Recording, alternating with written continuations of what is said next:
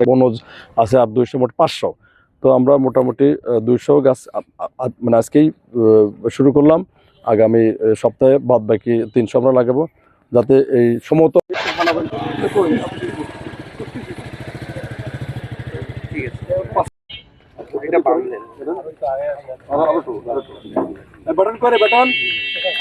ভালো আসে না মাটিটা দিয়ে দিলাম, এখন আমরা ওখানে হেলে গেল খুঁটিটা মাটিটা এদিকে করতে পারি, এরকম একটা গাছের কর্মসূচি আমরা নিয়েছি এবং বর্তমান সরকারের রাজনৈতিক ইস্তেহারও ছিল এবং এটা আমরা বাস্তবায়ন করবো ইনশাল্লাহ, যাতে আগামী দিনে এর একটা পজিটিভ ইম্প্যাক্ট ব্যাপারে মানে পজিটিভ পড়বে ইনশাল্লাহ, এই আশা এবং ব্যক্ত করে আমরা শুরু করবো ইনশাল্লাহ। সারা দেশে কর্মসূচি অব্যাহত থাকবে। এ পর্যায়ে যে বাংলাদেশ সরকার, বর্তমান সরকার আগামী 5 বছরে সারা বাংলাদেশে 25,34,15,314টা গাছ লাগানোর সিদ্ধান্ত নিয়েছে, যেটা আগামী 2026 সাল থেকে অলরেডি শুরু হয়ে গেছে। 2030 সাল পর্যন্ত এই প্রায় 25 কোটি বৃক্ষ রোপণ করতে হবে। সারা বাংলাদেশের ন্যায় উপজেলা পরিষদ, পৌরসভা, পাবলিক হেলথ, এলজিইডি, পৌরসভা, বিভিন্ন সিটি কর্পোরেশনের এবং বিভিন্ন ইউনিয়ন পরিষদ মিলে এই কর্মসূচিগুলো বাস্তবায়িত হবে।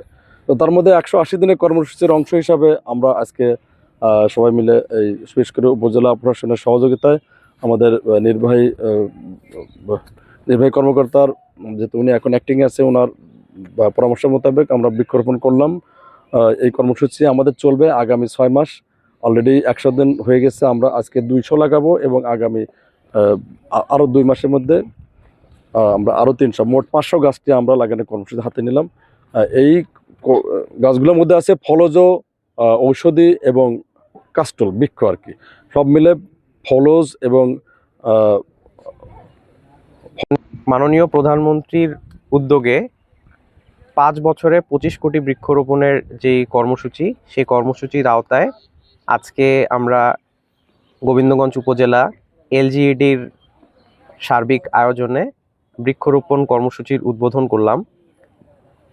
আসলে এখন যে ধরনের আবহাওয়ার বিরূপ পরিস্থিতি দেখা যাচ্ছে, যে ইতিহাসের সবচেয়ে গরম এবং উত্তপ্ত বছর হতে যাচ্ছে 2026 সাল, এবং উত্তরোত্তর এই বৈশ্বিক তাপমাত্রা আরও বৃদ্ধি পাবে।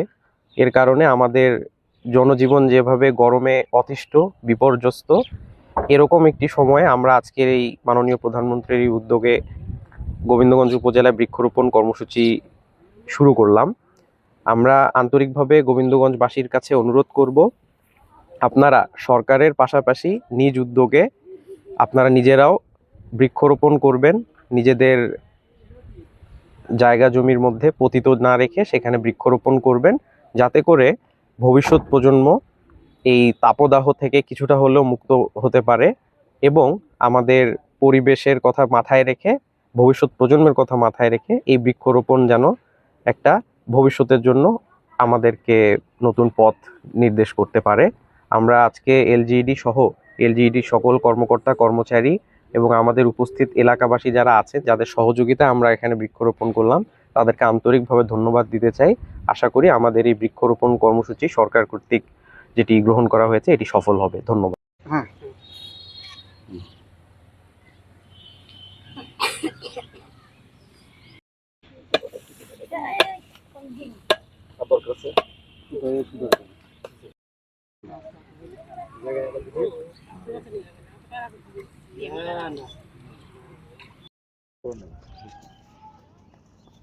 আমাদের ব্যবস্থা করে দেবো না মনির, তুমি করো তাহলে। এই বাড়ি আসলে আপনার বাড়ি আছে না, একটা মগের বালতি হাতে রাখবেন, কালকে